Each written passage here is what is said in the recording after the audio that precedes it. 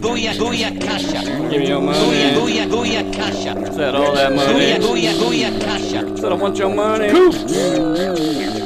Franks. And iconoclasts. You can have $1. The Coops, Franks, and Iconoclast podcast. Say, give me that money. I love that money. Zip it out.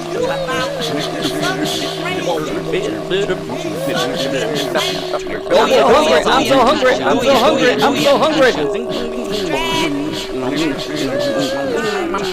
Coops. Franks. And iconoclast. Money. Give me your money. Booyah, kasha. The Kooks, Cranks, and Iconoclast podcast.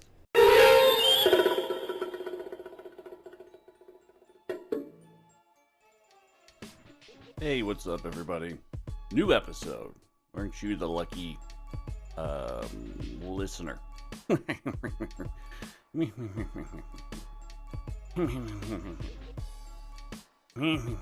This whole episode is just me doing that. Thanks for listening. No, so I just released today the psychogeography episode. Working title.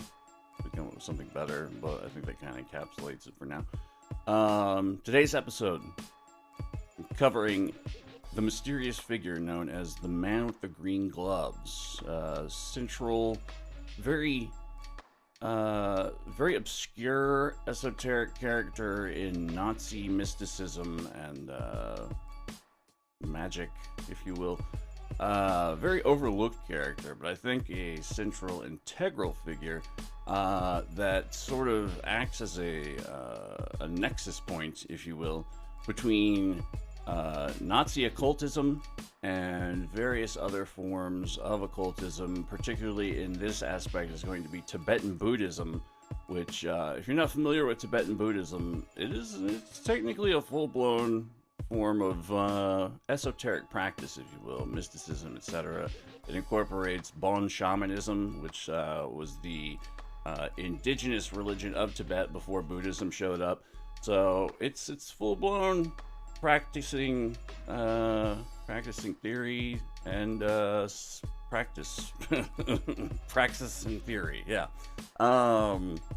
I wanted to mention another major part of the psychogeography episode that sort of goes towards what I want to do with that episode, and like another main idea and impetus behind it is that I think in our fast-paced modern workaday world, humanity in general is very disconnected from the sacred.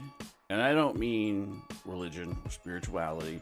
I mean a first-hand experience, a one-on-one Gnostic, is the best way to put it, Gnostic experience, your own first-hand experience with the numinous and otherworldly, and not mediated by religion, not mediated by a shaman, not mediated by Craig, the ayahuasca shaman. Thanks, Craig. We appreciate what you do, but nah, buddy. No guru, no yoga teacher, nothing like that. No, nothing mediated, no intercessors. A one-on-one specific spiritual encounter, something that shakes your world, picks it up by the scruff and goes and just fucked it up. Not in a bad way necessarily, not in a good way. But one of the things that reminded me of this is that I was listening to Travis Walton talk the other day. For those unfamiliar, Travis Walton is a very famous abductee. He disappeared for 5 days. His friends saw him injured by a UFO and like, fuck man, we better get out of here. So they hauled ass, but then their conscience struck them and they went back to look for him and he was gone. And they too saw the ship, and it was a whole ordeal. But the reason I bring up Travis Walton is because in his more recent interviews, this experience happened to him almost like 50 years ago now.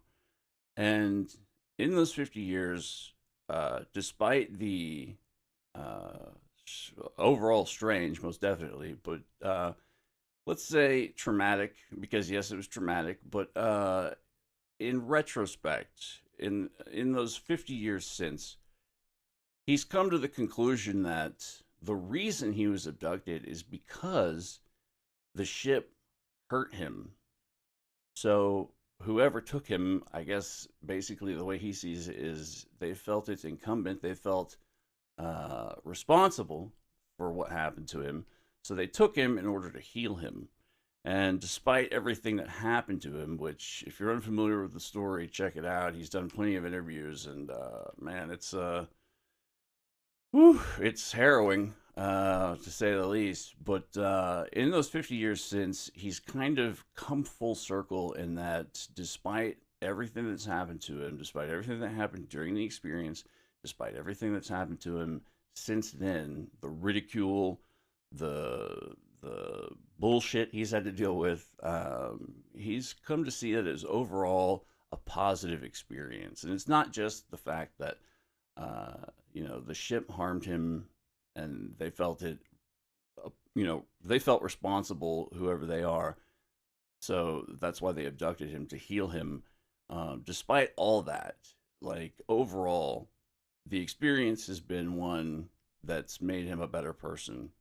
And I've used him as a specific example because I think that's what all this stuff is. I think it's designed to, it's not going to be nice when it's happening, etc. Like, I view these things as sort of like veterinarians, which, by the way, I've got my cat's getting clipped today. I got to go pick up the Boogie Meister in a little bit, so I may have a pause in between recording here. But yeah, I view these things as veterinarians to a degree. And just think of yourself as a dog or a cat or a bearded dragon or whatever pet you have, and taking them to the vet. They're not going to like it. They're going to freak the fuck out, as a matter of fact. And I don't know. I'm not one of those, like, love and white light, ooh-ah, new age, schwa people. But I don't know. I think that these experiences, specifically with alien abduction, it's not always going to be pleasant. As a matter of fact, it usually isn't. It's terrifying, it's frightening, it's horrifying, it's harrowing. But in the grand scheme of things, I think what the effects are overall are positive for most people. And it may take time to get there, but the reason I'm using this specific example in the talk of our connection to the sacred, I think events like this happen. And, I'm just spitballing here. I'm just, just throwing macaroni at the wall. But I think these events happen because we are so disconnected from the sacred. We don't, people back in the day, and I mean, way back in the day, there was regular shamanism and events like this, like firsthand experience with the spirit world baked into people's everyday lives. It was more prevalent. And I think what it is that we're also disconnected from the sacred, from the numinous, from the otherworldly, that it now has to intrude upon people's lives to make itself known, or to assert its presence in our quote unquote reality, our everyday reality. And that we've become so disconnected from it all that it now many times has to return with a vengeance. With a vengeance. Where's Don LaFontaine? I need him to do it. With a vengeance. Yeah, this stuff is it's part of who we are, and it's in our DNA, and it's what makes us who we are. It's probably the birth of all spirituality. We don't have the shaman anymore. Well, I mean, not like they did back then. Sorry, Craig. But yeah, no, I think whatever this is, this like Jacques Vallée, whatever it is, he refers to it as the control mechanism, which not far off, but I don't know. The overall system, I guess, if there is a system to it, it seems rather chaotic and trickstery to me. And I think the trickster and the paranormal is on my reading list, and it's a staple in the literature. It's one that I've been meaning to get to forever, but I think that trickster energy is the perfect archetype for this because it's seemingly intentionally designed to do just that, to intrude upon what we call quote unquote reality and reassert our definition of quote unquote reality. And I think that this has become so disconnected from us, like through the ages, that, like I said, now it's returning with a vengeance. But I have a feeling that going forward, as a people, as a race, as a civilization, whatever you want to call it, that not only will it start to more frequently and intensely return with a vengeance, but I think we're kind of seeing like I don't know. I've heard people use the word renaissance. I don't know if we're that far yet, but like a psychedelic renaissance. We have more people, seeking out these experiences, and I don't know. I mean, we may see more of that, going forward. I'm sure we will. Like more than just like dude bros fucking listening to Joe Rogan and smoking DMT. Like it's gonna take a huge leap forward, and I think once again this is just me theorizing, just spitballing macaroni at the wall. I think we're going to see such a huge reflux. No, is that the right word? Blah, not a reflux, but like an influx, I guess, of this intrusion of the otherworldly and the numinous into our lives. That I think there's going to be like a big event, and I know that sounds also new agey and hippy dippy, but like, and it may not be like a fucking 2012 anticlimactic bullshit, but like more semi pseudo abduction type experiences, more psychedelic experiences in people's everyday lives, but it's gonna be us seeking that out instead. And man, I remember stumbling across on the internet, and I don't know what the validity of this is, but it's one of the cooler things I found, even if it's just a creepypasta fan fiction or something or other, SCP or something, that the military was working on DMT rebreathers in order to essentially invade the hyperspace realm. I'm sure that's total bullshit, but the idea, like, actually, that's a terrifying idea. I hope they're not doing that. But the exploratory spirit behind it, it's interesting to me. It's if that's the case, if that was actually happening, good God. But at the same time, I don't know. I've also said that if aliens or whatever they are, the visitors, especially the abduction kind, like if they're from a entire race of individuals of species of, for lack of a better term, people like themselves, then the ones that we'd be meeting are most likely members of the military industrial complex of their side of things. Because I mean, look at all our astronauts, look at our explorers, like they're either military or industry, like SpaceX. Like, good God, I would hate to meet the alien Elon Musk. Jesus, oh my God. I'm not even that guy. Anyways, it's enough of my editorializing. All I'm saying is that I don't know. I think that the more things get fucked up, and they will. You guys remember democracy? You want to listen to this from the future? This thing we used to have. Now, I think the more things progress as they are, we're going to have a lot more people actively, firsthand, seeking out some sort of, I won't say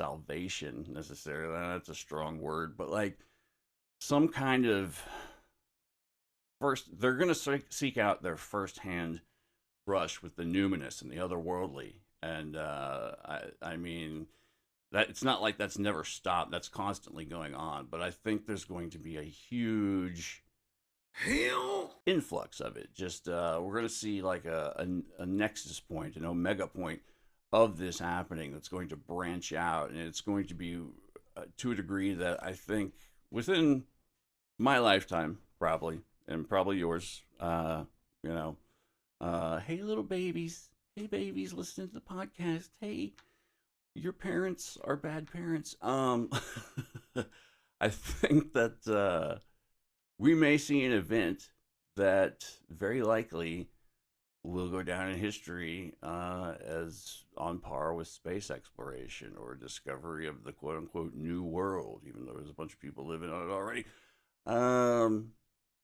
Yeah, I don't know. That's just me being hopeful, I guess. That's my idealism peeking through. I mean, it'll probably be fucking horrifying, if anything, for all parties involved. But 50 years from that point on, we have the wisdom and the maturity and the insight to look back on it and be like, yeah, that was pretty fucking awesome. So yeah, I don't know. That's enough of my whatever this is. It's just something I kind of wanted to include with the overall mandate of like what's behind the psychogeography series. But yeah, just kind of fleshing things out a little bit more, if you will. Pardon my flesh. Anyways, so today's episode, The Man with the Green Gloves. Let's get into it. The first thing I want to get into is I'm going to give you my basic no lines, ad libbed ramble introduction. So, Nazi occultism. I've often been very on the fence about talking a lot of this shit because most of it's bullshit. Like, there's a lot of people who still think that Maria Orsic is a real person. She's not. She is a piece of propaganda created by most likely either misinformed writers or neo-Nazi esotericists. Like, there's a whole esoteric Nazism milieu. If you're not familiar with it, good God, it's like Warhammer 40K fucking fan fiction being snuck / shoved, just fucking shoved like a loaf of bread right in your fucking mouth. Except it's propaganda / bullshit / Nazi fan fiction just shoved into history. It's like alternative secret history and conspiracy theory. And a lot of it is just fascist horse shit. And I don't know. There's a awesome book I'm in the process of reading, one of many, called Black Sunshine on Piss Earth. My God, it is fucking awesome so far what I've read. But it's all about nihilism and fascism in the occult, which is rampant, and how this is all very strongly connected to politics, especially a lot of what's going on right now, where you sit, around you, it's surrounding you, it's all around you. But fear not, because a lot of it is bullshit, and you just have to clean your peepers to see through what is mostly nominally horseshit. Anywho, how different from everyday life, huh? Yeah. Anyways, so basically, yeah, Nazi occultism. I'm hesitant to give some of it the time of day most of the time, but nonetheless, it is interesting. I'm a big fan of Hellboy comics, and old pulp magazines like The Shadow and Doc Savage and shit like that. So, like, this stuff plays like, and I can see why people like it because it has that sort of adventure feel to it. Plus, if you're not a neo-Nazi piece of shit, if you're just like a casual reader or investigator, researcher, like anytime there's Nazis involved, we have a clear-cut example of a bad guy. which you don't get a lot. But even now today, it's like, hey bro, fucking don't step on my free speech to talk shit about Jews. Fucking so, this is the ridiculous goddamn cartoon world we live in. Not all of those people were neo-Nazis, believe me. Not all of those people were white supremacists by any stretch. Those people were also there because they wanted to protest taking down the Statue of Liberty. Jews will not replace us! Jews will not replace us! War and war! War and war! There were a lot of people in that group that were there to innocently protest, and very legally protest, because, you know, I don't know if you know, they had a permit. So, yeah, we don't want to alienate the neo-Nazi voting base. There's good people on both sides. Anyways, fuck. We're fucked. We're doomed. Sorry. Yeah, Nazi occultism. My particular interest is where Nazi occultism brushes up against Eastern, or quote unquote, to use a very outdated term, Oriental mysticism. Now, I guess you call it a fan of Buddhism. I'm not quite a Buddhist, but I am enamored with it because I have yet to see a well-established, aged religion that has what you could definitely refer to as a form of spiritual technology. Buddhism, and even that is, you know, a misnomer. Like it's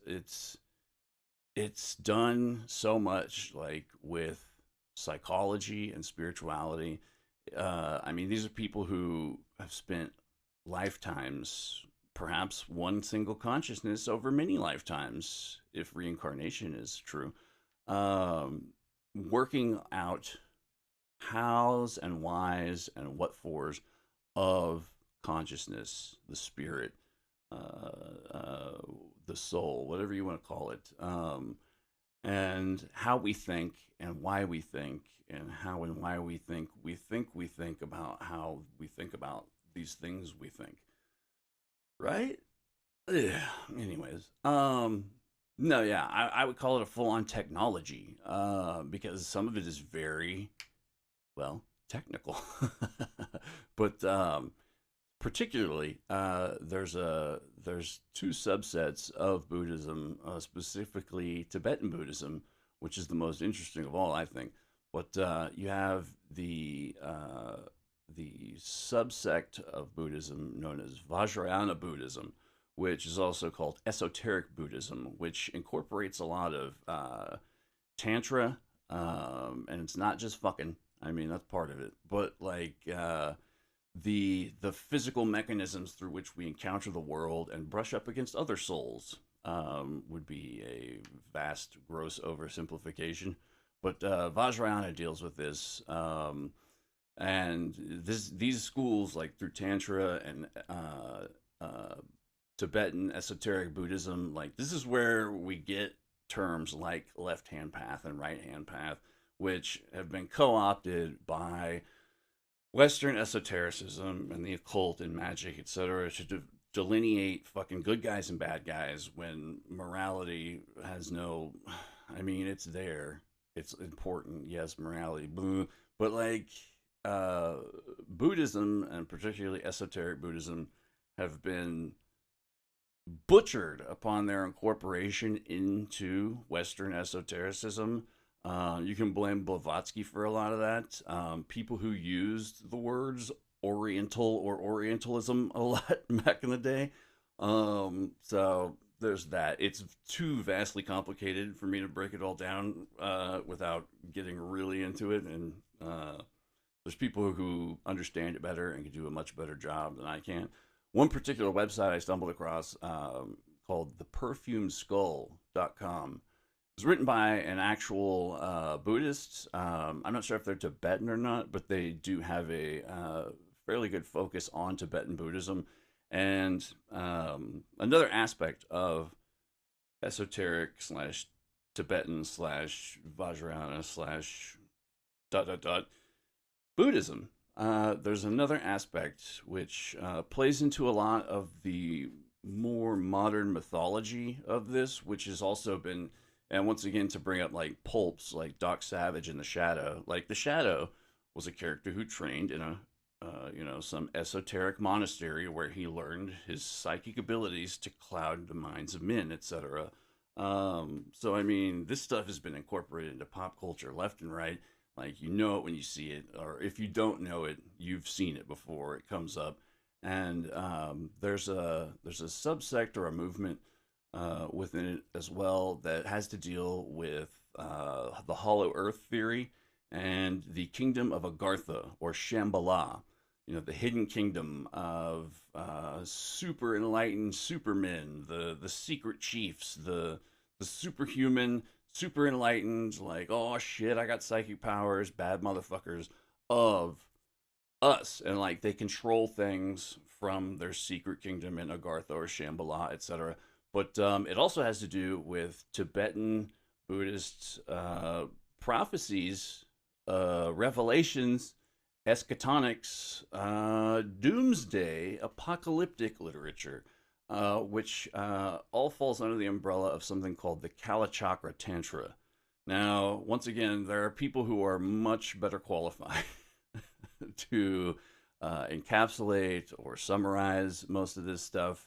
If you're interested, I highly suggest a lot of places on the internet. My God, I don't even know where to start. A lot of good books have been written, a lot of good stuff. But yeah, these two aspects of Tibetan Buddhism, particularly Vajrayana and the Kalachakra Tantra, as well as their involvement with the kingdom of Agartha and Shambhala and the hidden masters, the secret chiefs, etc. Like these are big concepts that were the hottest thing going on in Western esotericism when they were sort of introduced by Blavatsky and a couple other people. But you know, a lot of the West in general, Western civilization at the time, let's say late 1800s, early 1900s, they took that shit and ran with it. And they ran and ran and they ran so far away, couldn't get away. So yeah, the idea of you know, Buddhist doomsday in general, it's very strange. It has weird bits in there about, you know, going to war with Islam and just other strange stuff, you know, like, and it's not doctrinal. It's, you know, don't, like I said, there's people who can explain it better. I'm not saying that there's supposed to be like a doomsday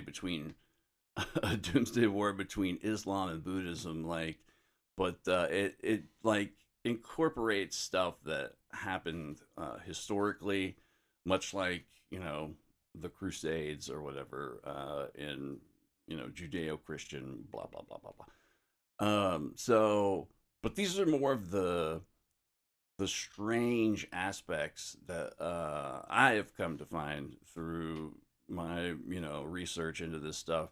And what's weird is that at that time, late 1800s, early 1900s,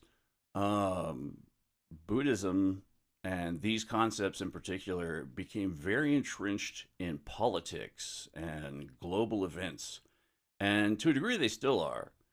And it's the same way that, you know, religious belief becomes incorporated into politics. Like, you know, once Israel as a nation was founded in, I believe, 47, 48, you know, that galvanized a huge Christian right movement in America, and like still to this day, you know, touches out and goes on. And, you know, political events in the Middle East, like people watch them very closely because of biblical prophecy, etc. So this same kind of idea is entrenched in the politics of the day, and still to a degree like happens, you know. So these ideas are important to know about, and I'm sorry to say that I am not the most well-read cat, and I'm not a Buddhist, like I said. So if you're interested, check the internet, lead down whatever rabbit holes you find. I will say that there's a book called The Shadow of the Dalai Lama, which is very, it's an interesting read, but I'm pretty sure it's mostly bullshit, and it seems very sensationalized. And I think there's a certain agenda behind it, basically. But that's one of the ones you should maybe look out for. Take with a whole fucking ocean of salt, maybe a shot of penicillin or two.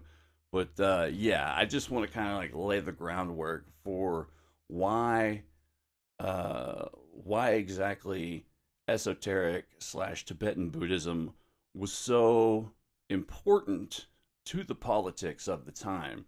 And most people know about, Blavatsky's ideas being co-opted by the Nazis and ran with, but that is very complicated and to say the least. And even like basically the underlying idea is that the best way I can put it to put a nice little ribbon on the last 15 or 20 minutes of my rambling or so is that these spiritual beliefs have a very integral underlying part of politics and what goes on. And it's once again like the best way I can put it forward is the concepts of esoteric and exoteric. Like, this is what the people on the inside are privy to, and the rest are the shit munchers who just dance to the tune we sing. Pull the string! Pull the string! Yes. Thank you, Bella. Thank you very much. Fuck you! Oh, my. Still, thank you. So, this, once again, these are spiritual ideas that can be co-opted and manipulated, like vampire superstitions, Edward Lansdale, to,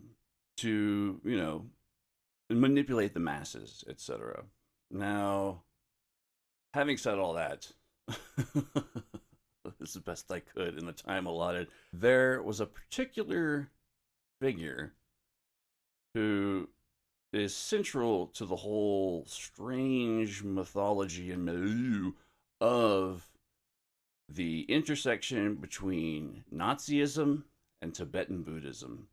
Because in actuality, the real depth of intrigues between these two pretty much goes as far as a single expedition by an Anunnaki archaeologist who went to Tibet and did some digging and took their rulers and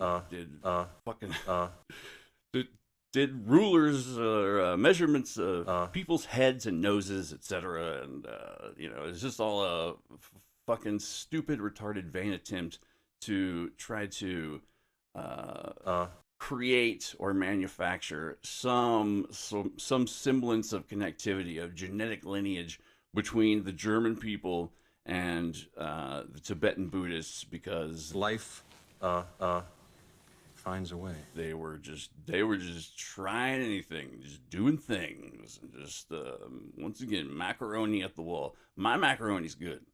That's bad macaroni. Don't eat that macaroni. So, anywho, Tibetan Buddhism, Nazi bullshit.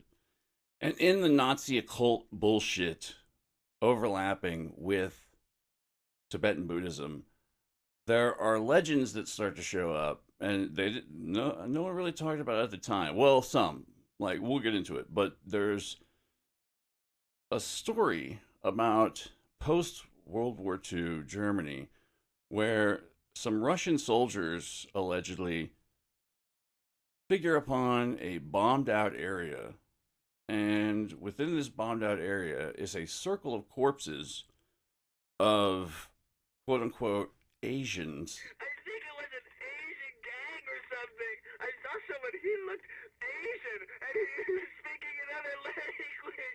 I'm pretty sure it was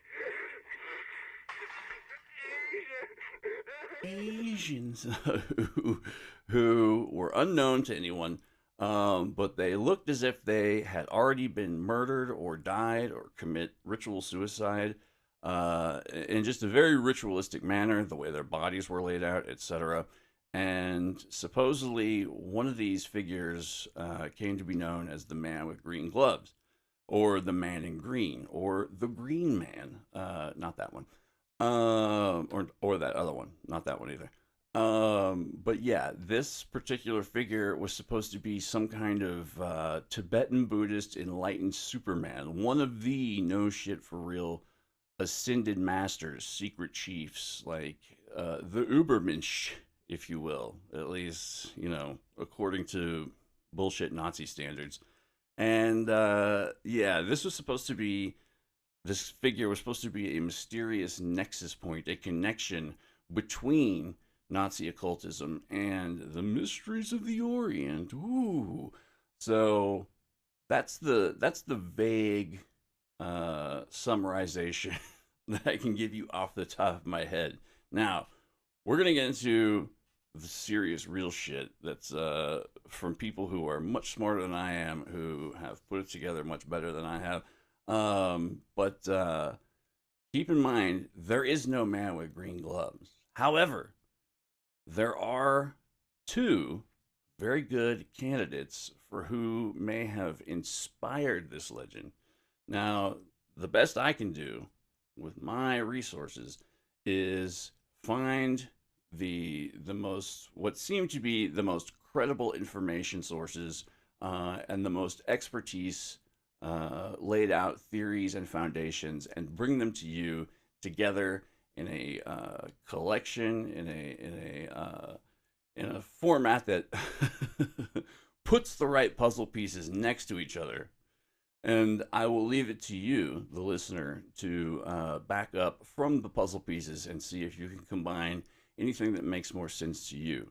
But I don't know. The reason that I say that is because this figure you don't hear a lot about.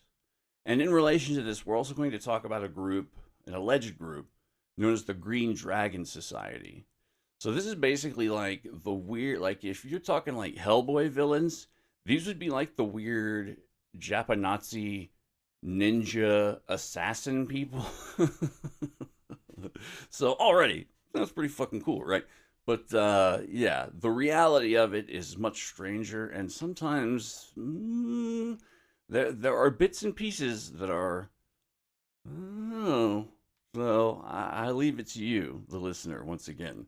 But yes, the best I can do is curate what seem to be the most, let's say, bedrock foundational sources, or people who have studied the best foundational sources. Unfortunately, a lot of it is not in English, so I've had to rely on other investigators, other researchers. But you're in good hands, because at least one of them is a fellow by the name of Richard Spence. He's a writer and professor and lecturer who his expertise and field of study is secret societies, and he's one of the few people in that field who knows what the fuck he's talking about.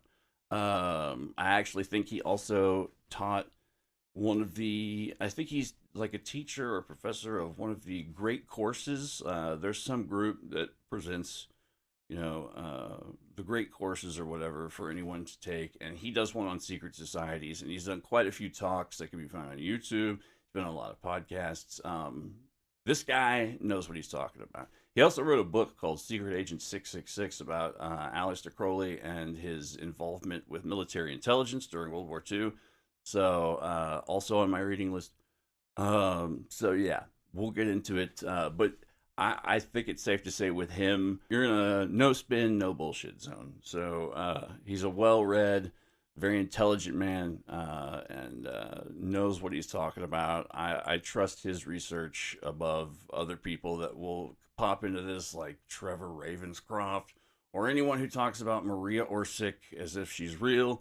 But enough of me and my pitiful attempts at trying to provide the outline of the puzzle, if you will. First off, we're going to get into an article by Professor Spence covering the Green Dragon and the Man with Green Gloves, and it goes something like this.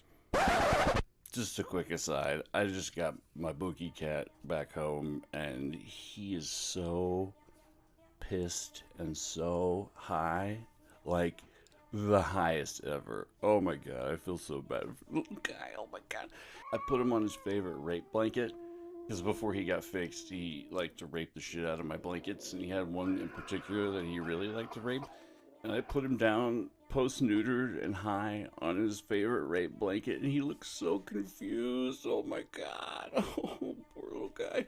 Anyways, okay, that's enough about me talking about my cats. I have a picture of him looking all high as shit. I'll post it as the photo, maybe, or I'll figure out a way to share it with y'all because you can tell just by looking at it, he is pissed and stoned. Oh, fucking adorable. All right, anyways, on with the show.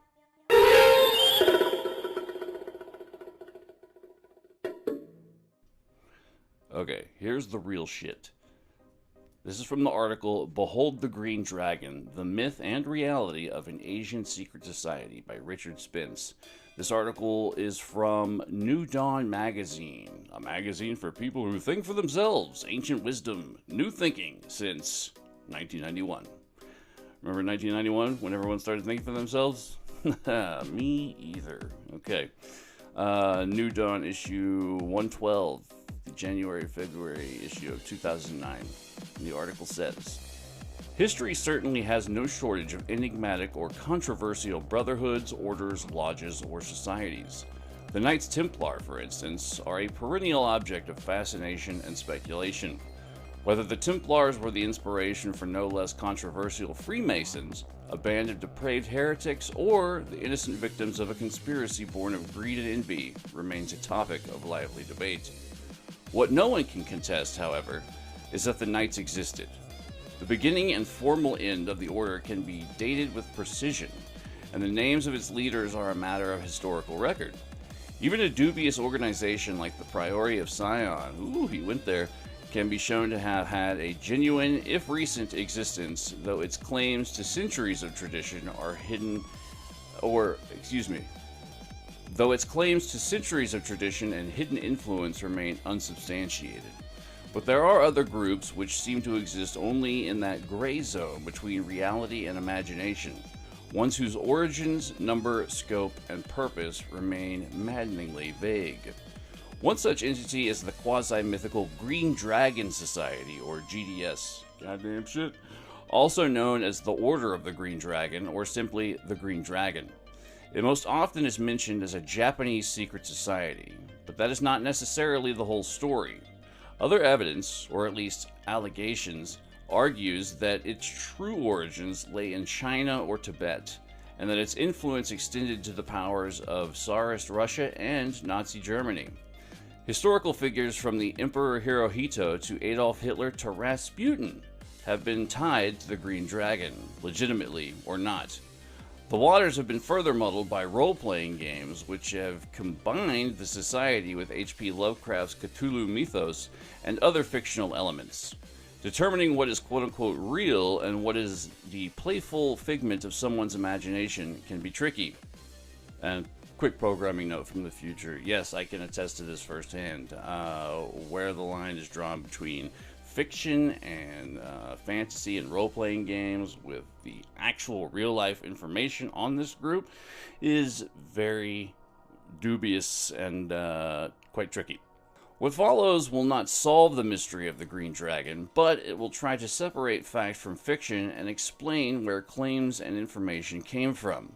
In doing so, it will offer a tantalizing glimpse into a mysterious organization that may, in italics, may have played a significant role in shaping modern history.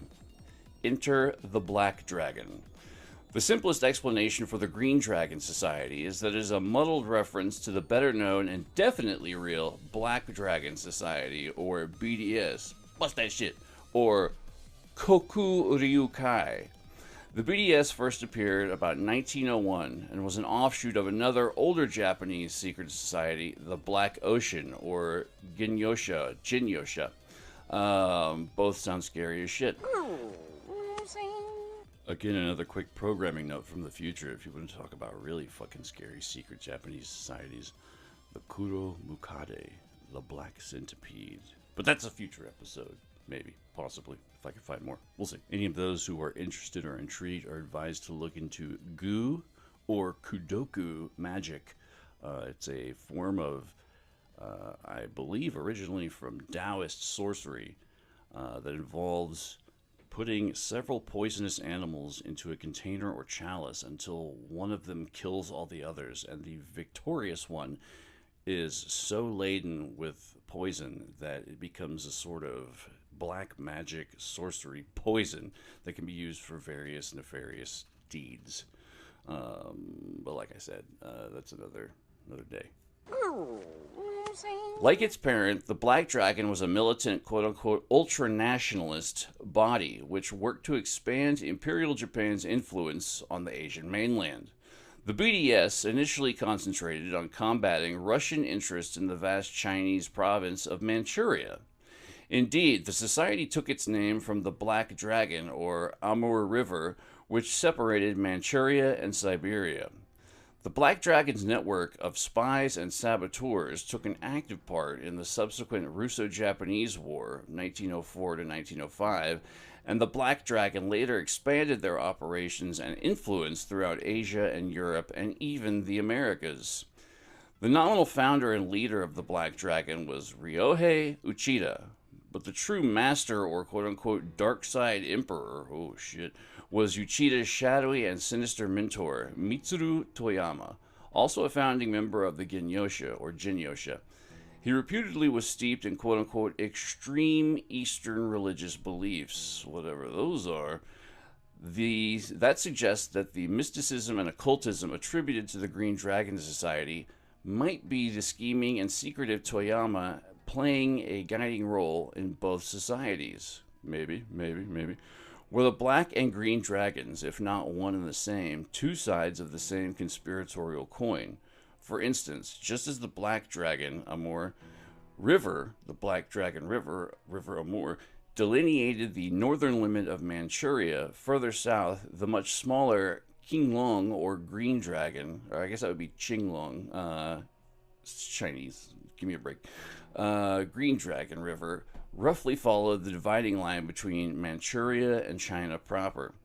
If the Black Dragon Society was primarily anti-Russian in its focus, might the Green Dragon have been anti-Chinese or anti-Western? While the Black Dragon focused on the political side, the Green deal with more secretive occult realms?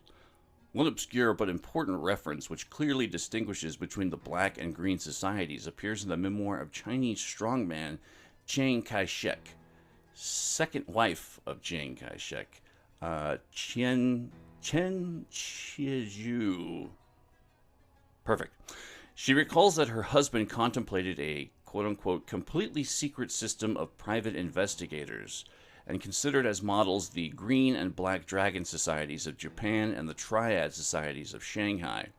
Thus, in Chiang's mind at least, the two dragons were entirely separate, though not necessarily unrelated, Japanese, and appropriate models for secret intelligence gathering. As noted, the Black Dragon Society was heavily involved in spying and the kindred spheres of propaganda and subversion. PSYOPs. As such, it basically functioned as an extension of the Imperial Army's quote-unquote special organ, the Tokumu Kikan. Not to be outdone in anything, the Japanese Imperial Navy maintained its own secret service, the Joho Kyoko. Just as the Army utilized the Black Dragon to augment or handle its quote-unquote special needs, maybe handling its special organ, might the Navy have used the Green Dragon in the same way? The identification of the Green Dragon as a fundamentally mystical order most evidently appears in Trevor Ravenscroft's, jeez, that can't be the dude's real name, his 1973 work, The Spear of Destiny. It is not significant that the Ravenscroft, it is not insignificant that Ravenscroft was a follower of Anthroposophy, and its founder, Rudolf Steiner, and his book is a distinctly anthroposophist take on the nefarious occult forces behind Hitler and his Nazi regime. Ravenscroft firmly connects the Green Dragon to German geopolitician and mystic Karl Haushofer. This guy's a big player in this whole scene, so remember the name Karl Haushofer. He was it goes on to say, one of Hitler's presumed spiritual mentors. And yes, that is fairly verified in most sources. According to Ravenscroft, Professor Haushofer gained extraordinary gifts through membership of the Green Dragon Society of Japan, in which the mastery of the time organism and control of life forces in the human body is the central aim of ascending degrees of initiation. The time organism. Okay. Ravenscroft adds that, quote, one of the highest tests of this type of initiation in the Green Dragon Society demands the capacity to control and direct the life force in plants, and in somewhat similar manner to the former powers of the Atlantean people. Oh boy, here we go. Quote, only 2 other Europeans have been permitted to join this Japanese order, and who, one wonders, were they? Continues Ravenscroft, quote, which demands oaths of secrecy and obedience of far more strict and uncompromising nature than similar secret societies in the Western world. The major problem with all of this is that Ravenscroft's sources are hazy or non-existent. Actually, side note, from what I recollect and what I've heard of outside sources, well, what I heard... Oh, have you not heard? It was my understanding that everyone had heard. Have you heard the good news? He is risen. Ravenscroft was apparently, quote-unquote, channeling most of his information, so...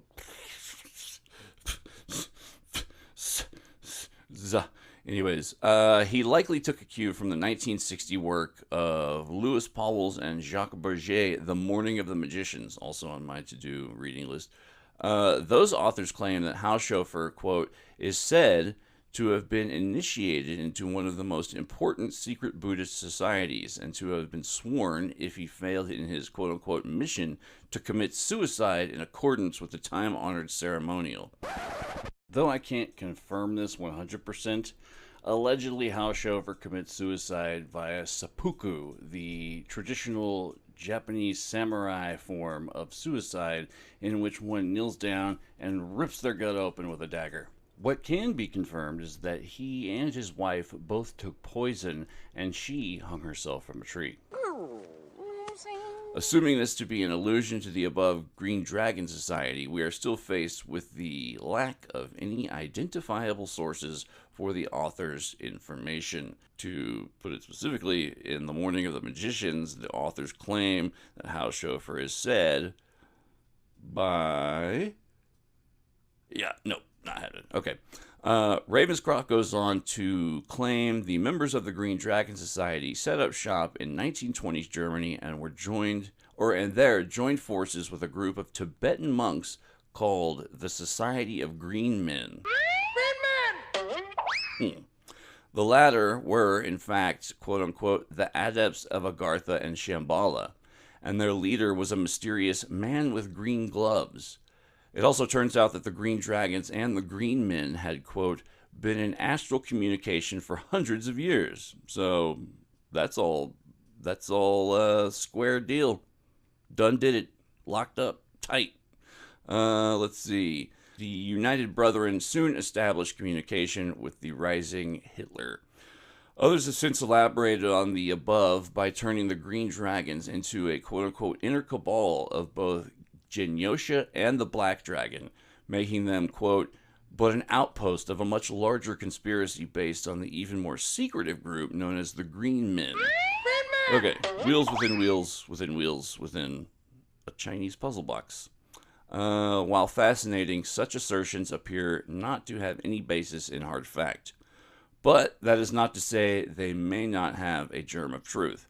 For instance, there was an occult figure in late Weimar Berlin, sometimes referred to as the magician with the green gloves, who did become a short-lived soothsayer for Hitler and the Nazi Party. He was no Tibetan, but, of all things, a Jew who went under the name of Erik Jan, or Jan, it might be a soft J, Jogging, Jan, Erik Jan Hanussen, who we'll talk about in a bit. When he became inconvenient by accurately predicting the Reichstag fire, or arranging it, possibly, his erstwhile Nazi pals killed him, as they do. I don't think they were ever even aware he was of Jewish persuasion. I don't know if that came up, but like I said, we'll get into him a little bit more in just a moment. Likewise, there could very well be something to a green dragon / Tibet connection. A green dragon, or Zhug, Z-H-U-G, it's Tibetan, give me a break, plays an important role in Tibetan mythology where it symbolizes the god of thunder, bravery, and all-conquering force. More to the point, perhaps a Japanese Buddhist monk named Eikai Kawaguchi made 2 visits to Tibet in the years before World War I, around the same time Haushofer was in Tokyo. On the surface, Kawaguchi seemed a simple religious devotee, but he is known to have had contact with at least one Japanese secret agent while in the land of eternal snows, Narita Yasuteru, as well as an operative of British Indian intelligence. Just another real quick programming note. For those familiar with good anime, like the cream of the crop, prime shit, the best shit from the late 80s, early 90s, some of the story may remind you of a film called Taito Monogatari, better known as Doomed Megalopolis, one of the most badass animes ever made from the most badass era of anime, late 80s, early 90s, and featuring one of the most badass, iconic characters that you recognize but don't recognize that you recognize. That would be Yasunori Kato, the figure who M. Bison from Street Fighter is modeled upon. I'm a nerd. Thank you. Back to the show. Kawaguchi also had links to Annie Besant and her Theosophist sect, another group accused of subversion and general skullduggery. Love that word, skullduggery. Don't get to use it very often. More significantly, Kawaguchi was a devotee of Zen Buddhism. In his 1989 The Unknown Hitler, Wolf Schwartzwalder claims that Haushofer was a master of various Eastern mystical traditions and had, quote-unquote, familiarized himself with the Zen teachings of the Japanese Society of the Green Dragon. More recent sources emphasize the Green Dragon's intimate association with Zen, specifically in Soto branch, claims that the Green Dragon has a tradition of secret propagation, whatever that means. The Buddhist connection may offer some important clues, however. Buddhism originated in India and spread to Tibet and China, and from there to Japan. Zen, or Chan, C-H-A'-A-N, Chinese, give me a break. The Zen doctrine also had its roots in China.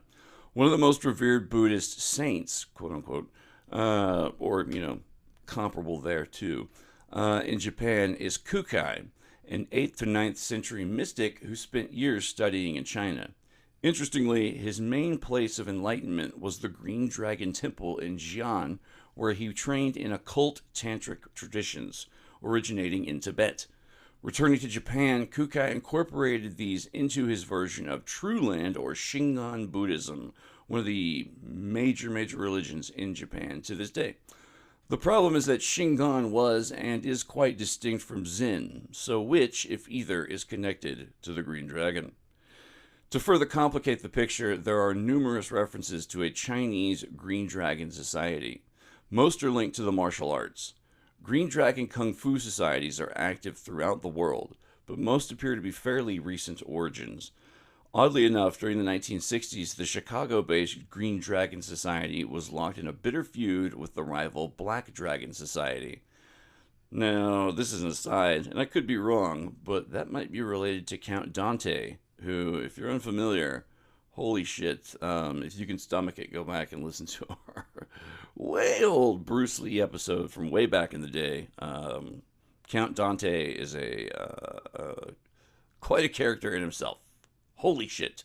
If you're unfamiliar, just look him up. You'll know, because he's the afro guy. He's a kung fu guy with an afro. A white Irishman, by the way. Oh, and now I'll be kicking a shot.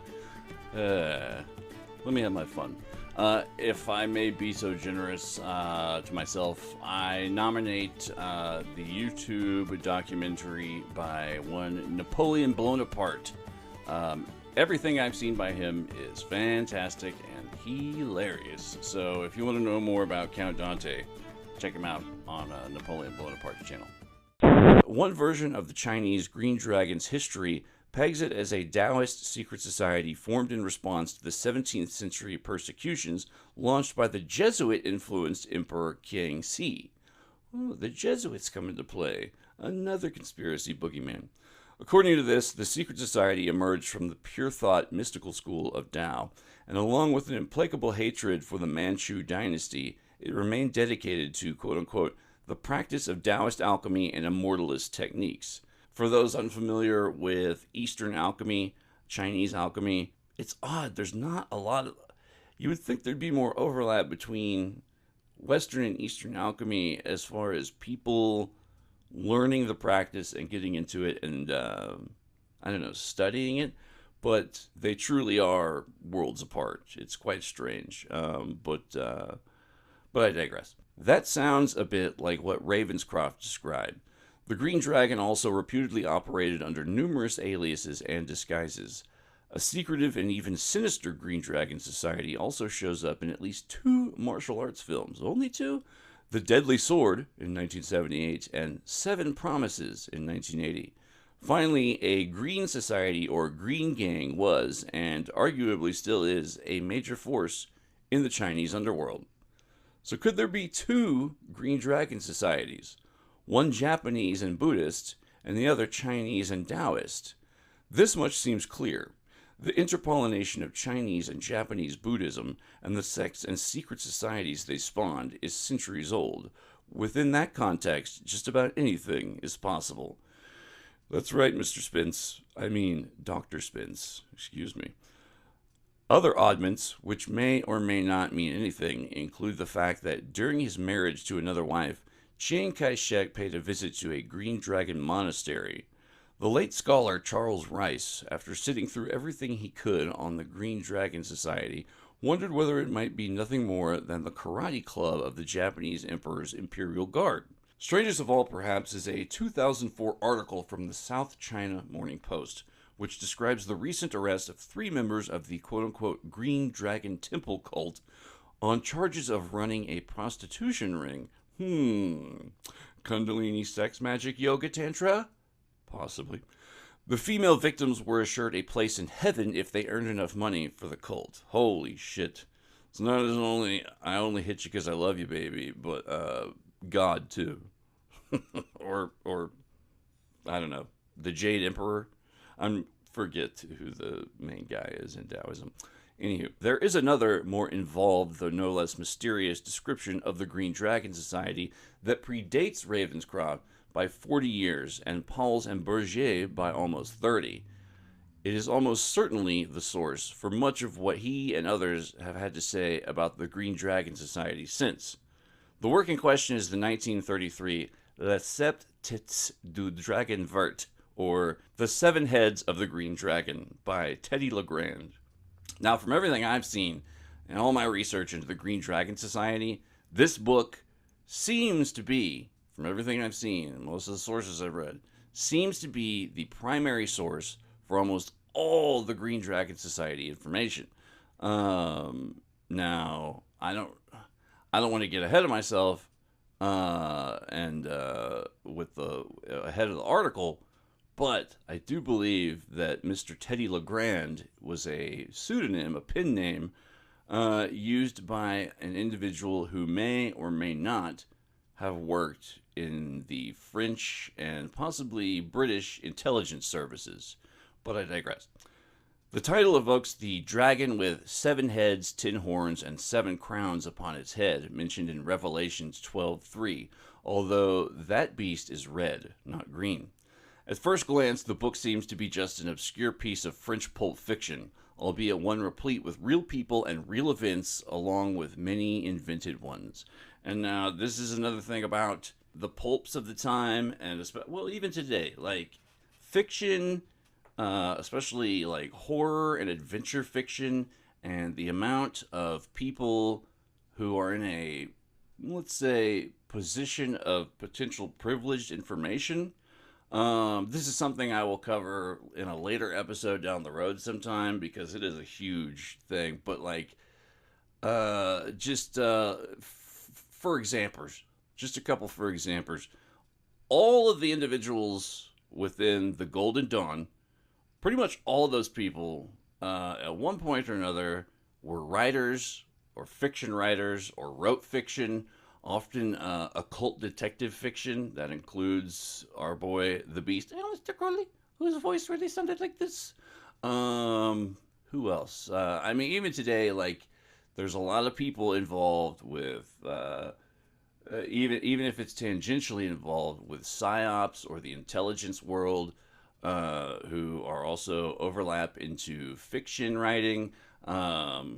People who co-wrote with like Tom Clancy would be a good one today, like a major one. But then you also have guys like fucking what's his name? Poppin' Fresh. Big Red. What's his name? L. Ron Hubbard, who I believe was working for the Office of Naval Intelligence, which those guys in particular show up quite a bit in UFO lore. The Office of Naval Intelligence has got a really bad rap because of pieces of shit like Richard Doty, who basically conspired to drive what's his name insane. I forget the guy, but it's all wrapped up in the mythology of what is it? The Dulce base. Me from the future again, Paul Benowitz. Who is Paul Benowitz? Thank you. So, I mean, even there, and just one of the big people, and see, people have also gone to fiction writers quite a bit, not just for the potential intelligence or occult society connections and angles that they have, but people like Aldous Huxley, or even more so H.G. Wells. These were people who had serious connections to government. I won't even necessarily say secret societies. H.G. Wells himself is a major figure who we'll come back to because he was considered sort of a default societal engineer. Being a science fiction writer, etc., he was kind of looked to as someone who could build a new world order, and build it he did. Holy shit. But like I said, that's something we'll visit in a future episode. Yet another button from the future me know-it-all. Basically, take this whole concept and think of the cigarette smoking man from X-Files and how he wanted to be a writer. That is based on a lot of big-time, important people in the conspiracy world. Thank you. You're welcome. Goodbye. Good day. Have a happy morning. Aloha means goodbye and hello. Aloha. So, Teddy LeGrand. Once again, pen name by a man who may or may not have been in intelligence circles and occult circles. And there's also quite a number of people who, as fiction writers, like Peter Levenda is a good one. The man who may or may not be Simon, the Simon who wrote the Simon Necronomicon, and who has said straight up, as Peter Levenda, that sometimes fiction makes a better vehicle for disseminating, that's right, disseminating specific information that you could not get away with publishing as the real word, the real thing.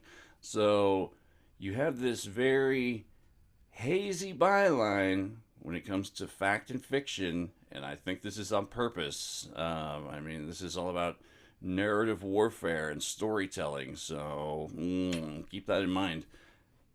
It's one of the staples of, I mean, it is psyops. That's you know, it's worldview warfare, once again. So, anyways, back to the article. Basically, the book presents the Green Dragon, or more simply, the Greens, a sinister international cabal bent on world domination. An interesting detail is that these secret conspirators number precisely 72, and were, presumably, the 72 unknown superiors of conspiratorial legend. Quick side note, there's also 72 demons of the Goetia. Just saying.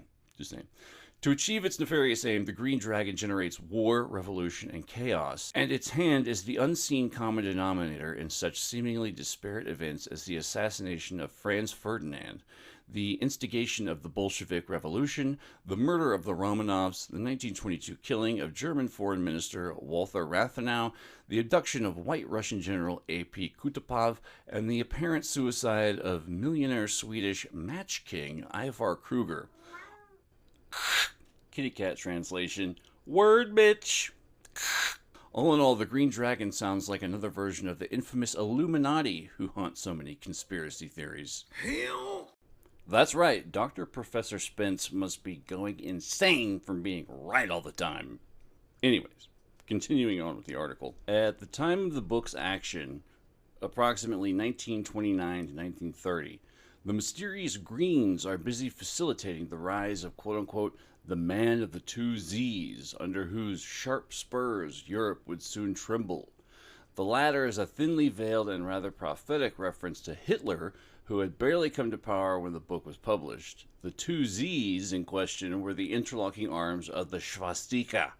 The central figure of Le Septet is a British secret agent, the ace of the intelligence service, James Nobody.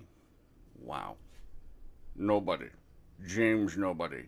Jimmy Nobody, who may be the original literary inspiration for Jimmy Bond, James Bond.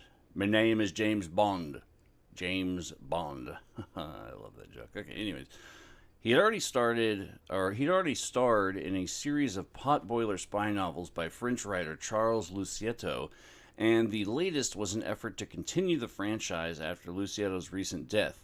Interestingly, Lucietto was a retired spy, much like Ian Fleming, who wrote James Bond, and, just connections. Anyways, Lucietto was a retired spy, having served the French Secret Service in World War I. He liked to claim that his Nobody and similar yarns were romaniclefs, which revealed true, if hidden, aspects of a recent history and current events. His publishers later implied that this had something to do with his untimely demise. Interesting. A romaniclef is basically like what I was talking about earlier, fictional works that include characters who are based off of real people, as well as using the names of real people and historical figures, etc. To no great surprise, Lucietto's successor, quote-unquote, Teddy Legrand, this Teddy Legrand person, was a pseudonym. In fact, the author was Pierre Mariel, who turns out to be a rather interesting fellow. Okay, this might be what I was getting at earlier. Nominally, he was a journalist, but like Lucietto, he had ties to French intelligence. That has led to the claim that the latter, quote-unquote, inspired or even directed his literary efforts, as had his predecessor. More importantly, perhaps, he was self-proclaimed expert on the occult. Some years later, under the name Werner Gerson, he would author one of the first books on Nazi occultism. Mariel himself was a member of both the Freemasonic Martinist Order, who is a group that I will definitely cover at some point in the future. Very interesting French occultist, mystic, esoteric order. The Martinist Order, and a one-time French Grand Master of the ancient and mystical order Rosicrucis, or Amorc, another very interesting esoteric order. Interestingly, in Le Septet, T-E-T-E-S, that looks like teats. Calls them it like I sees them it. Mario paints the Martinist Order as a conspiratorial sect which played a behind-the-scenes role in the French Revolution and later political upheavals, and which just might have links to the mysterious Green Dragon. In the book, brother spies Nobody and Legrand are inspired by their common curiosity about the fate of the Russian imperial family. The chief object of fascination is an icon on Saint Seraphim. That's Saint Seraphim Zarov, patron saint of nuclear bombs. Go figure. Fucking Russians, man. Ugh. Anyways, okay, so Saint Seraphim, supposedly found on the Tsarina Alexandra's body, which bears a puzzling inscription in English, Simp. Not in the parlance that we use it today. It is actually an acronym, S-I-M-P. It said, Simp, the Green Dragon. You were absolutely right. Too late. The two spies quickly determine that the first element, which is accomplished by a 6-point Kabbalistic quote-unquote symbol, stands for Superior Inconnu Maître Philip, or Unknown Superior Master Philip, a French Martinist mystic who was an early guru to Tsarina Alexandra. They also note that the Tsarina's predilection for the quote-unquote Tibetan swastika as a good luck symbol. The rest of the story follows the duo's efforts to discover who or what constitutes the Green Dragon. Another very interesting person from this era that plays into the Tibetan mysticism as well as Russian warfare, etc., is von Sternberg. Roman Ungern von Sternberg. Very interesting character. Fucking weird. But crazy asshole. I'm surprised there's not a movie made about the guy. But, like, he's sort of a wannabe Genghis Khan, but a white dude. Like, he thought that he was the reincarnation or rebirth of a Tibetan war god. So, pretty badass, but quite misguided altogether. Some interest inevitably falls on Maître Philip's successor as a royal spiritual guide, Rasputin, who comes across as a tool of the Green Dragon. If not an outright member, Legrand/Mariel correctly observes that during World War I, the dissolute holy man maintained communication with mysterious quote-unquote Greens, or simply the Green, based in Stockholm, in which Mariel portrays as another piece of a larger conspiracy. Interestingly, Colonel Stanislas de Lazavert, one of the men later involved in the plot to kill the dissolute holy man, claimed that Rasputin was a member of the quote-unquote Green Hand, a secret order presumably backed by Russian-Austrian enemies. Most recently and reliably, Russian investigator Oleg Shishkin linked Rasputin's mysterious friend to a Berlin-inspired conspiracy which included German occult lodges and members of the ethnic German Baltic nobility. Their secret brotherhood, Balticum, used a green swastika as its symbol, kind of like the eco-fascists.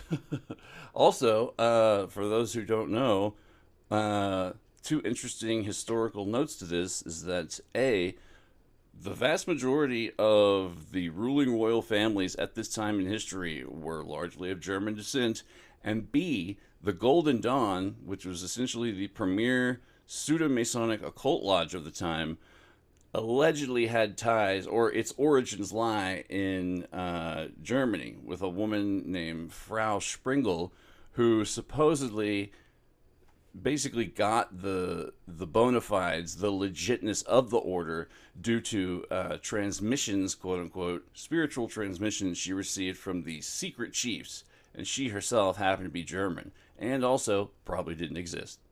So, also interesting to keep in mind. The whole, this whole time in history, man, like, Germany and the UK and Russia, like, England and Russia, all throughout most of modern history, like, there's a crazy, just, hidden history there, and it's where the intelligence services of the time, and till today, they obtained the phrase, or came up with the phrase, the Great Game, which was like this long-standing war game of espionage and spies, etc., played out between Russia and England, or the British Empire, which until, you know, the British Empire wasn't a thing no more.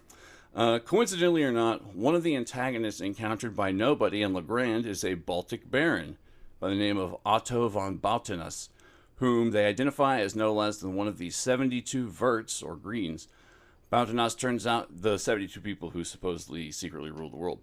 Bautinus turns out to have been a very real person, an ex-adherent of Balticum, a close ally of Lithuanian politico Augustin Valdemaras, and leader of the fascistic Iron Wolf movement. Those guys don't sound scary or terrible in any way. So, Muriel also implies that anthroposophy, I've only ever seen this word written. I've never heard anyone say it out loud. Anthroposophy? Anthroposophy.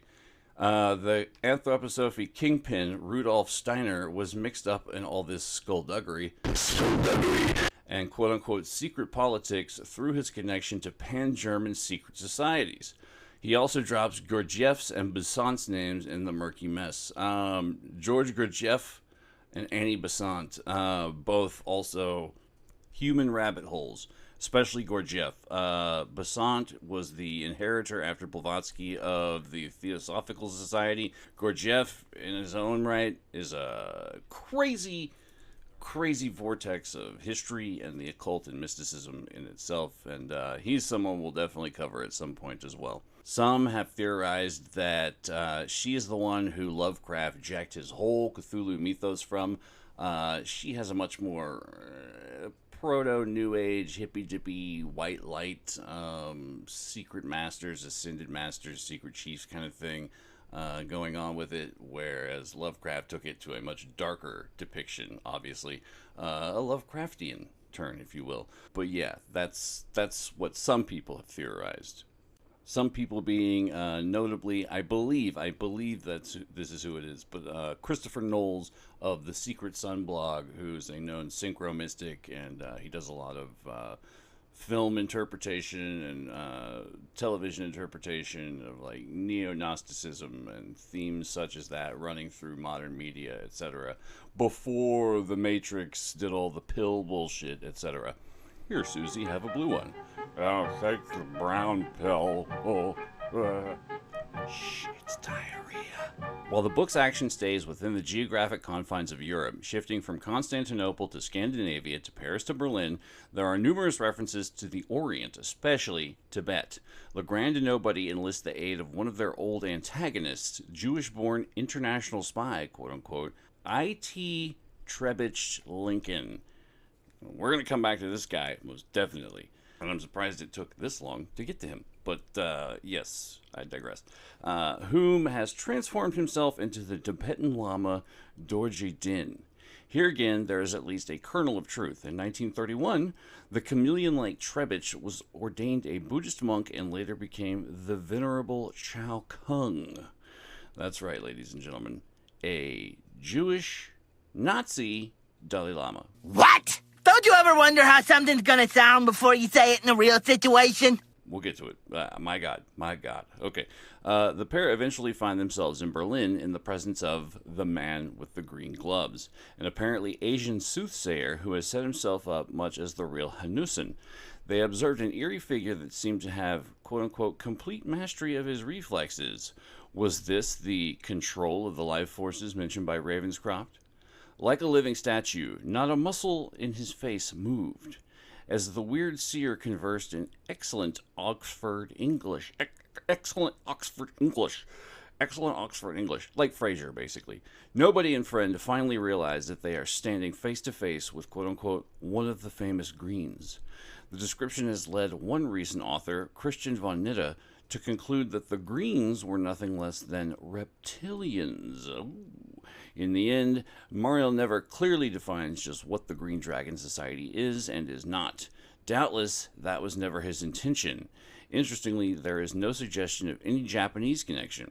However, as the episode with the man with the green gloves suggests, there is the specter of a powerful, mysterious Asiatic hand at work.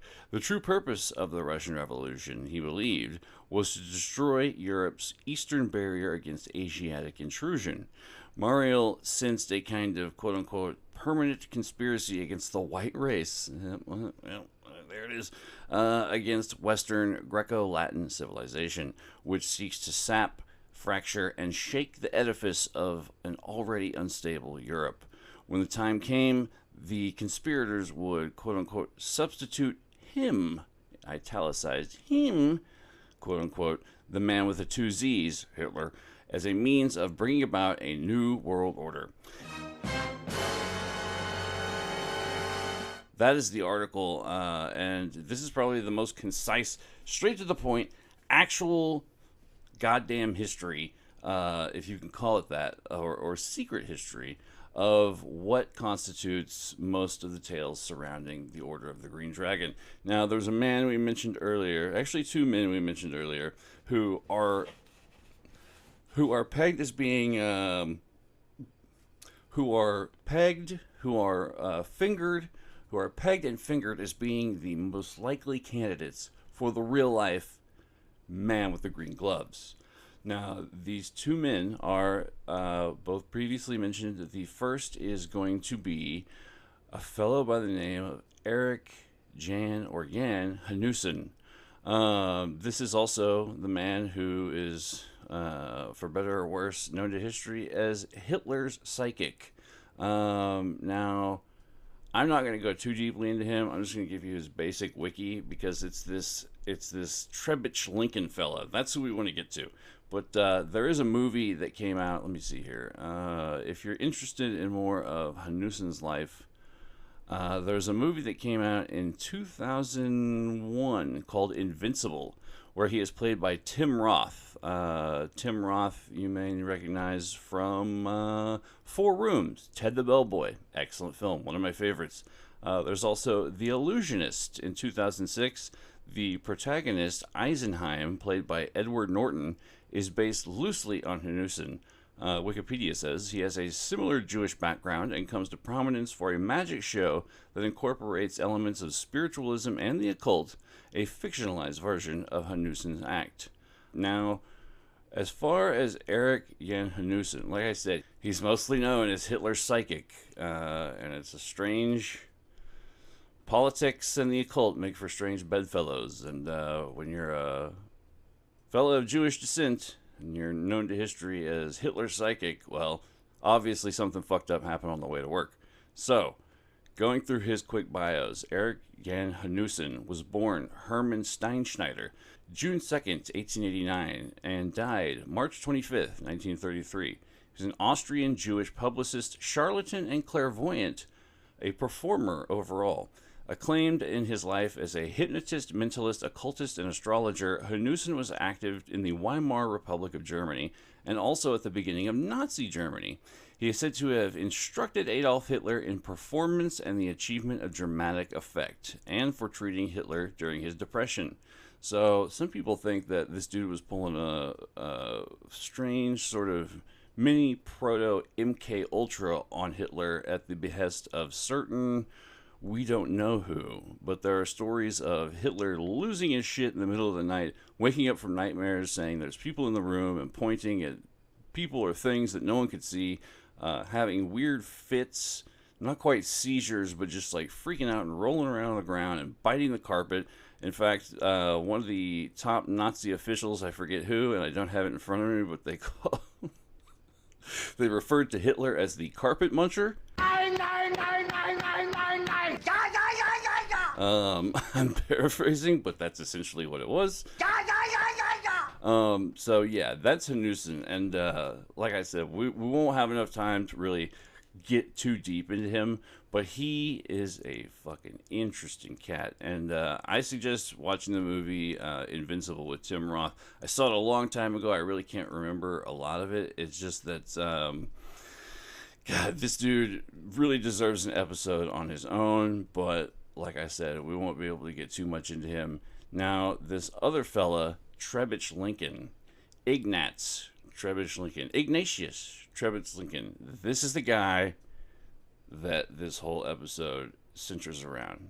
Now, it's important that I laid out the groundwork for the Green Dragon, because that's the context in which we are operating. And I am about to give you the story of one Ignatius Trebitsch Lincoln. So get ready to get ready. Like the kid, here go. Did you know there was once a Jewish Nazi who claimed to be the Dalai Lama? Meet Trebitsch Lincoln, arguably the most bizarre con artist in history. Born Ignatius Timothy Trebitsch Lincoln into an Orthodox Jewish family in Hungary, his life was anything but ordinary. Born in Hungary, huh? Had an appetite for destruction. Forget I said that. His family, too, had its share of drama.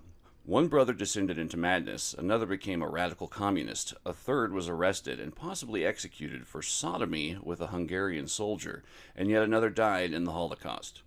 Lincoln initially trained as an actor, an early indication of the theatricality that would define his life of deception. After repeated run-ins with the Hungarian police for theft, he fled to London. In London, he encountered a group of Christian missionaries and converted from Judaism to Lutheran Christianity, the first of many religious transformations. But his commitment didn't last long. Soon he switched to Presbyterianism. He then headed to Canada aiming to convert Montreal's Jewish community to Christianity. Unsurprisingly, he failed to convert even one person.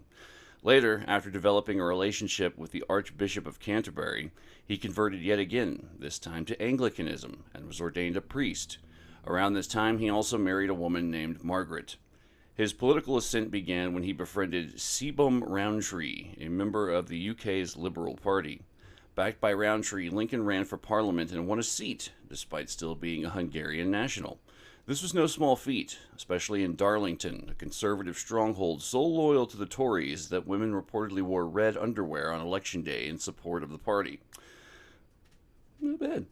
Lincoln boldly predicted he'd win by 30 votes and won by 29. Nevertheless, he lost his seat in the 1910 election. At the outbreak of World War I, Lincoln briefly worked censoring soldiers' letters. However, he was quickly fired for doodling on them and adding sarcastic comments about the writer's messages. After a series of failed business ventures, a financially desperate Lincoln approached the British government with a proposal. Let him work as a double agent in Germany. They laughed him out of the room. Never one to miss an opportunity, he immediately offered his services to the Germans as a regular spy. They accepted, only to discover he was hopelessly incompetent and dismiss him as well. After his failed stint as a spy, Lincoln made his way to the United States. During the voyage, he began an affair with a married woman named Annie Junt, and simultaneously started another affair with her also married sister, Olive, along with several other women on the same trip. Wow, busy. Boat rides were long back in the day. To each, he gave a different fake identity. Once in America, he went to get a haircut at a barber shop, completely unaware that it was owned by Annie Junt's husband, Charles. Annie had already mentioned to her husband that she'd met a charming and generous man named Trebitch Lincoln on the ship. Oblivious to Lincoln's true relationship with his wife, Charles invited him over for a dinner, and the two became friends. Soon after, Lincoln rented a house in New York and promptly began an affair with the landlord's daughter. For most people, this would be a cue to settle down and live quietly, but not Lincoln. Craving attention like an addiction, he decided to publish his entire story in the New York Times, proudly detailing how he had gone from a British member of Parliament to a spy working against Britain. Naturally, this caught the attention of British authorities. They hired the Pinkerton Detective Agency. If you don't know anything about them, they are historically awful. Just awful. Look into it. They hired the Pinkerton Detective Agency to find him. Once located, Lincoln was arrested, tried, and extradited to England, where he received a 3-year prison sentence. While serving time, he was financially supported by his former mistress, Annie Junt, who secretly sent him large sums of money without her husband's knowledge. Meanwhile, Lincoln kept writing cheerful letters to his wife, claiming prison wasn't so bad. Remember Margaret, his loyal wife? He apparently didn't, since he arranged for various female friends to visit him in jail. Through all of this, Margaret remained loyal, falling into poverty but still defending her husband, who clearly showed her little regard. After completing his sentence, Lincoln was released and stripped of his British citizenship. He then moved to Weimar, Germany, where he struck up an unlikely friendship with General Max Bauer, a far-right military figure with staunch anti-Semitic views. The irony wasn't lost on anyone. Bauer loathed Jews, yet bonded closely with Lincoln, who was Jewish by birth. The relationship deepened to the point that Bauer confided in Lincoln about plans to overthrow the Weimar government. He invited Lincoln to join the conspiracy. Just the kind of guy you want in on your conspiracy. As the planned coup drew closer, Weimar intelligence grew suspicious. Many conspirators wanted to back out, but Lincoln, now all in, convinced them to push forward. Paramilitary units loyal to the plotters began marching on Berlin, prepared to seize control. Initially, the plan appeared to work. The Weimar government fled to Dresden, leaving Berlin wide open. With the city in their hands, General Ludendorff declared himself chancellor. As a reward for his loyalty, Lincoln was named Minister of Propaganda and Censorship. For the second time in his life, he had authority over information, but this time no one could fire him. He quickly abused his power by suppressing nearly all outgoing communication, leaving Berliners and the outside world in the dark. However, the putsch was badly executed. They screwed the putsch. Speak for yourself, moron. Oh my God, that is funny! The citizens of Berlin refused to accept the new regime and launched a massive general strike, paralyzing the government. The coup fell apart, but just before it collapsed, Lincoln met a young man who had arrived to assist the coup, one Adolf the Cycloptic Ballsack Hitler. The two spoke at length and formed a friendship, something that would resurface later. Following the coup's failure, Lincoln had the sense to flee, yet he returned to Berlin shortly afterwards to visit one of his mistresses. Predictably, the Weimar police caught him and arrested him for his role in the coup. He later escaped custody and fled to Hungary. In Hungary, Lincoln linked up with White International, a far-right proto-fascist paramilitary group composed of Germans, Hungarians, Russians, and others. Didn't see that coming with a name like that. The only real unifier was their bigotry. They didn't care about your background as long as you were racist. Lincoln helped them plan the coup, but things took a dark turn when he intercepted a letter from one of the group's leaders. It revealed that they had discovered he was Jewish and suggested eliminating him. Feeling betrayed, Lincoln broke into the group's headquarters that night and stole as many incriminating documents as he could carry. Realizing they would come after him, he attempted to flee the country. White International quickly made his capture and assassination their top priority. In one of his boldest moves yet, Lincoln staged an elaborate over-the-top fake death and escaped the country, documents in hand. Lincoln's next move was to try to sell the incriminating documents he had stolen from White International. He first approached the French government and then the British, and both declined. Undeterred, he impersonated the former leader of White International and managed to sell the documents to the Czech government. However, when the Czechs discovered the fraud, they arrested him and charged him with treason and fraud, crimes that, if convicted, could carry the death penalty. But once again, Lincoln escaped. At this point, he was wanted in nearly every European country. With nowhere left to turn, he set his sights on a new frontier, China. And this is where his story takes an even more surreal turn. China at the time was in the throes of a warlord era, a chaotic period marked by numerous rival warlords vying for power over fragmented regions. For someone like Lincoln, who thrived in disorder and manipulation, it was the perfect setting. Despite not speaking a word of Chinese, Lincoln somehow became a key advisor to warlord Yang Xin and even played a major role in orchestrating Yang's successful seizure of Chongqing. It's Chinese, give me a break. A bit of context on Yang Xin. Even by warlord standards, he was a bit extreme, a bit of a sourpuss. In one bizarre episode, he attempted to promote women's emancipation by organizing swimming lessons for local women. When his wife refused to participate, Yang forced her, at gunpoint and dressed in peasant clothes, to wade through a river in front of tens of thousands of spectators. A brutal authoritarian with a highly warped idea of social progress. Perhaps realizing Yang was too violent even for his tastes, Lincoln moved on and ended up advising three more warlords, Qi Xianyuan, Wu Hangqing, and Wu Peifu. During this time, Lincoln underwent what he considered a spiritual awakening. He became captivated by theosophy, a mystical religion that combined Buddhist philosophy, Egyptian esotericism, Jewish Kabbalah, etc., etc., etc., pretty much everything. Seeking deeper enlightenment, he traveled to Sri Lanka to study Buddhism at a monastery. Whether he was genuinely searching for inner peace or just collecting religions like trophies, it's hard to say. En route to Sri Lanka, his ship docked at the Indonesian island of Java. There, Lincoln did what he'd done many times before, abandon his family.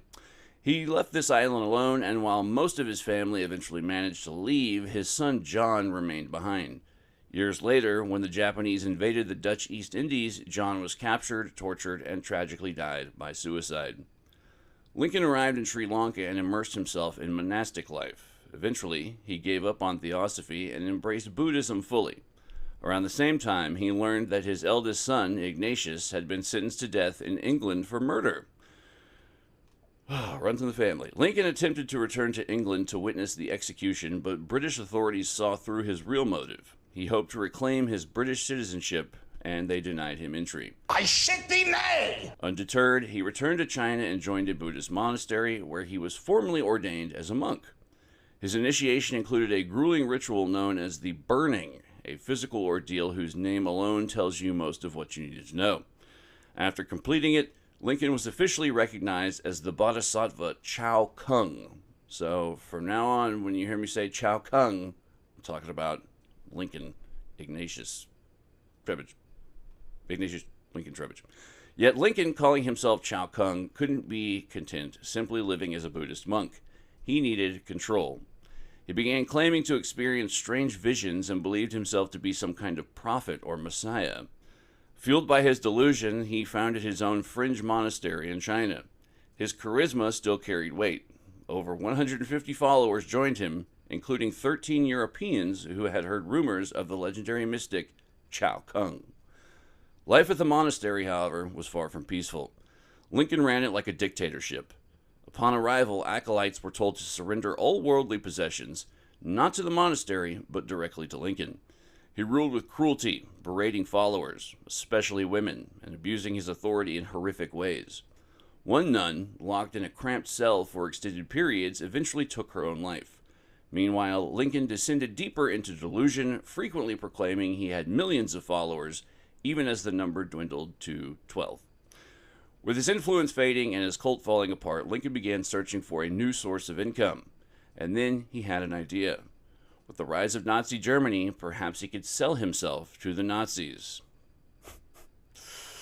Oh boy. He contacted German authorities claiming to be the supreme leader of global Buddhism. He proposed that with sufficient funding, he could inspire Buddhists worldwide to abandon pacifism and rise up in a Nazi-aligned revolution. According to Lincoln, this would turn Buddhist nations into allies of the Axis powers. Shockingly, the Germans showed initial interest. But Lincoln's timing couldn't have been worse. Just days later, Rudolf Hess, Hitler's deputy, flew to Scotland in a bizarre solo mission to negotiate peace, one that was more or less dictated by astrology. But that's another story. When it was revealed that he'd made the trip based on astrological advice, Nazi leadership panicked and pulled back from all occult-linked projects. Lincoln's Buddhist insurrection scheme was abruptly canceled. To make matters worse, Reinhard Heydrich discovered Lincoln's Jewish heritage, effectively ending any remaining interest in his offer. Rejected by the Nazis, Lincoln turned to the Japanese, who had by then occupied Shanghai. Hoping to gain their attention, he began publishing pro-Japanese propaganda, absurdly praising their supposed kindness towards occupied peoples, an egregiously false claim. See the rape of Nanjing. The Japanese, however, took notice and appointed him head of anti-British propaganda. In this unlikely role, Lincoln finally managed what many dream of, getting paid to criticize the British Empire. But the Japanese saw more than a propagandist in Lincoln. They saw potential. When news broke that the Dalai Lama had died, the Japanese, misunderstanding the Tibetan system of reincarnated leadership, thought that it could install a puppet Dalai Lama loyal to Japan. They declared Lincoln the new Dalai Lama and sent him off to help create a pro-Japanese Buddhist state. Unsurprisingly, this failed spectacularly. Few Buddhists accepted him as a legitimate spiritual leader, and the scheme fell apart. By now, Lincoln's record was one of deception, betrayal, and cruelty. He had destroyed his family, left his loyal wife to live in poverty, indirectly caused his son's death, led a sadistic cult, and routinely exploited or harmed those around him. But in a strange twist, his final act may have been driven by conscience. In 1943, amid the horrors of World War II, Lincoln learned that his brother Sandor had been killed in the Holocaust. Shocked and devastated, Lincoln, who had spent years trying to align himself with fascist powers, seemed to finally grasp the true nature of the regime he had courted. Believing he still had influence with Hitler, he wrote a letter pleading with him to stop the genocide of the Jews. He signed it, "Your old friend, Trebitsch Lincoln." Probably should have gone with Chao Kung. Was this an act of moral reckoning? A genuine attempt to undo a fraction of the harm he caused? Or simply another desperate gambit from a man who never knew when to quit? Either way, the outcome was inevitable. Hitler, enraged by the letter, ordered Lincoln's execution. The Germans passed the order to the Japanese, who carried it out, poisoning him in Shanghai. And so ended the life of Ignatius Trebitsch Lincoln, actor, thief, priest, politician, spy, monk, cult leader, and would-be Dalai Lama. His life was an extraordinary chain of reinventions, sidestepping, and bullshitting, driven less by talent than by sheer audacity and luck. A cautionary tale of charisma unchecked by conscience.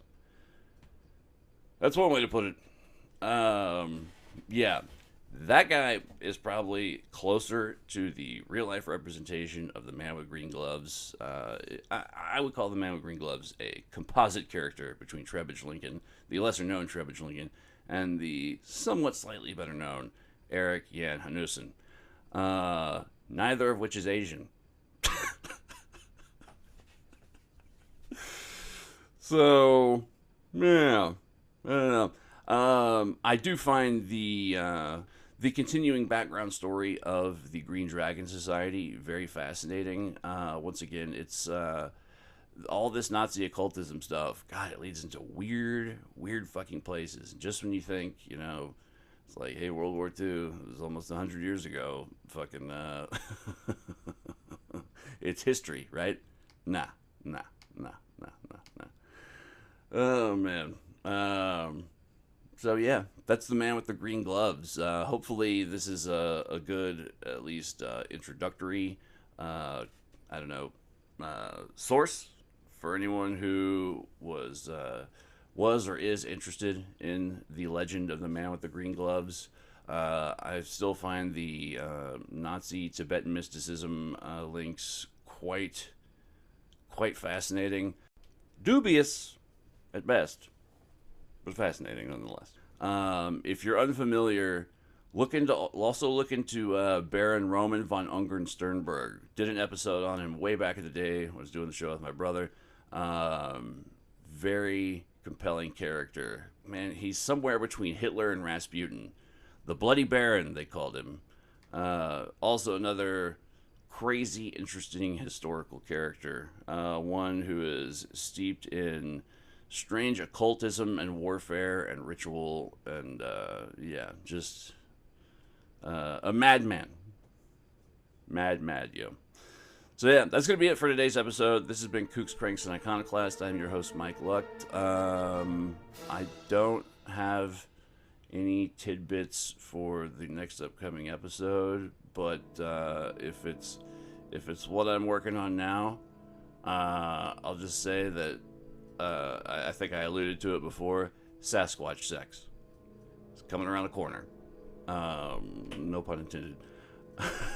But yeah, this is gonna be a weird one. And Poland, Polish Sasquatch sex. There, that's my hint for the next episode. Maybe some of you well versed in just utter fucking weirdness might know who I'm talking about already. Maybe not. I don't know. High art comes into it as well. 'Cause there's a fine art to Sasquatch fucking. It's like an exotic dance, a mystic dance. Sasquatch loving. That's the sound it makes. That's gonna be it for this week, I think. Let's not get productive again. We'll see. Week ain't over yet.